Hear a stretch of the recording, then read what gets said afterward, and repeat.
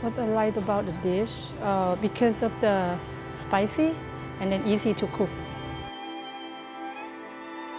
The first I put the garlic cook together and then I add the curry and the shrimp paste and then cook together until the smell good and then add minced pork and cook together until the curry and pork combine and then seasoning with the palm sugar, regular sugar and fish sauce last one.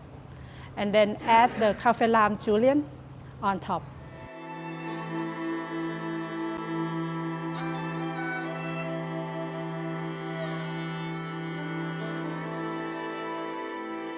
Southern style Thai food has a lot of coconut milk and then hot and spicy.